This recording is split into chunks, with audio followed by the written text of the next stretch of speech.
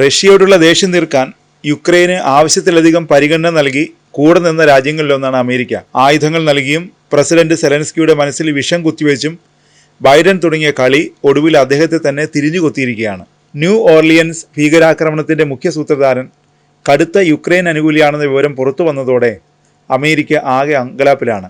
സംഭവം റഷ്യൻ മാധ്യമങ്ങളും ട്രോളർമാരുമൊക്കെ ആഘോഷമാക്കുകയാണ്. സെലൻസ്കിയും കൂടി അറിഞ്ഞുള്ള ഓപ്പറേഷനാണോ ഇതെന്ന സംശയവും ഉയരുന്നുണ്ട്. കാരണം സംഭവം നടന്നിട്ട് 4 ദിവസം കഴിഞ്ഞിട്ടും തങ്ങൾ പ്രതിക്കൂട്ടിലായ വാർത്ത വന്നിട്ടും സെലൻസ്കിയുടെ ഭാഗത്തു നിന്ന് യാതൊരു പ്രതികരണവും വന്നിട്ടില്ല. ഇതാണ് സംശയത്തിന് ഇടയാക്കിയിരിക്കുന്നത്. യുക്രൈന് പിന്തുണ നൽകുന്ന കാര്യത്തിൽ നിയുക്ത അമേരിക്കൻ പ്രസിഡന്റ് ഡൊണാൾഡ് ട്രംപിന് താല്പര്യമില്ലെന്ന കാര്യം പുറത്തു വന്ന പശ്ചാത്തലത്തിൽ കൂടിയാണ് ട്രംപ് സ്ഥാനമേൽക്കുന്നതിന് മുമ്പായി അമേരിക്കയെ ഞെട്ടിച്ച ഭീകരാക്രമണം നടന്നിരിക്കുന്നത്. മാത്രമല്ല, ലാസ് വെഗാസിലെ ട്രംപ് ഇന്റർനാഷണൽ ഹോട്ടലിന് പുറത്തെ ടെസ്ല സൈബർ ട്രക്ക് പൊട്ടിത്തെറിച്ച സംഭവത്തിൽ നിർണായക വിവരങ്ങളാണ് പുറത്തു വന്നുകൊണ്ടിരിക്കുന്നത്. സ്ഫോടനത്തിന് കാരണക്കാരനെന്ന് സംശയിക്കുന്ന അമേരിക്കൻ ആർമി വെറ്ററൻ യുക്രൈൻ ദേശീയതയെ പിന്തുണയ്ക്കുന്നയാളാണെന്നാണ് പോലീസിന്റെ നിഗമനം. ഫേസ്ബുക്കിൽ പോസ്റ്റ് ചെയ്ത ഫോട്ടോയുടെ അടിസ്ഥാനത്തിലാണ് അന്വേഷണ ഉദ്യോഗസ്ഥർ ഈ നിഗമനത്തിലെത്തിയത്.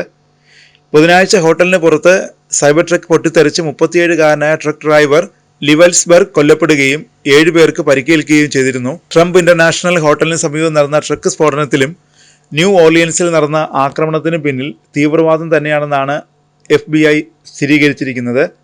ഈ സാഹചര്യത്തിൽ ട്രംപിന്റെ സുരക്ഷയും വർദ്ധിപ്പിച്ചിരിക്കുകയാണ്. ട്രംപിനെ അമേരിക്കക്കാർ തന്നെ അപായപ്പെടുത്താൻ സാധ്യതയുണ്ടെന്ന് മുമ്പ് റഷ്യയും മുന്നറിയിപ്പ് നൽകിയിരുന്നു. 2016 ലിവൽസ്ബർഗിന്റെ ഭാര്യ ഫേസ്ബുക്കിൽ പങ്കിട്ടതായി കരുതുന്ന ഒരു ഫോട്ടോയിൽ മുൻ സൈനികൻ ധരിച്ചിരിക്കുന്ന ടീഷർട്ടിൽ സ്ലാവ യുക്രൈനി അഥവാ യുക്രൈന്റെ മഹത്വം എന്ന വാക്കുകൾ എഴുതിയിട്ടുണ്ട്. 20-ാം നൂറ്റാണ്ടിന്റെ തുടക്കത്തിൽ യുക്രൈൻ ദേശീയവാദികൾ സൃഷ്ടിച്ച ഈ വാചകം നാസി പിന്തുണക്കാരനായ സ്റ്റെപാൻ ബന്ദേരയുടെ ഓർഗനൈസേഷൻ ഓഫ് യുക്രൈൻ നാഷണലിസ്റ്റുകളുടെ വിഭാഗമാണ് ജനപ്രിയമാക്കിയത്. 2014 അമേരിക്കൻ പിന്തുണയുള്ള മൈദാൻ അട്ടിമറിക്ക് ശേഷം അധികാരത്തിലെത്തിയ പ്രസിഡന്റ് പിയോറ്റർ പൊറോഷെങ്കോ 2018 ഇത് യുക്രൈൻ സായുധ സേനയുടെ ഔദ്യോഗിക മുദ്രാവാക്യമായി പ്രഖ്യാപിച്ചു.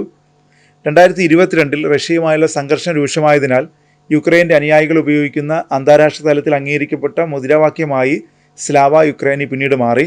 എന്നാൽ മുൻകാലങ്ങളിൽ നവനാസികളും മറ്റ് യുക്രൈൻ വലതുപക്ഷ തീവ്രവാദികളുമാണ് ഇത് പ്രധാനമായും ഉപയോഗിച്ചിരുന്നത്.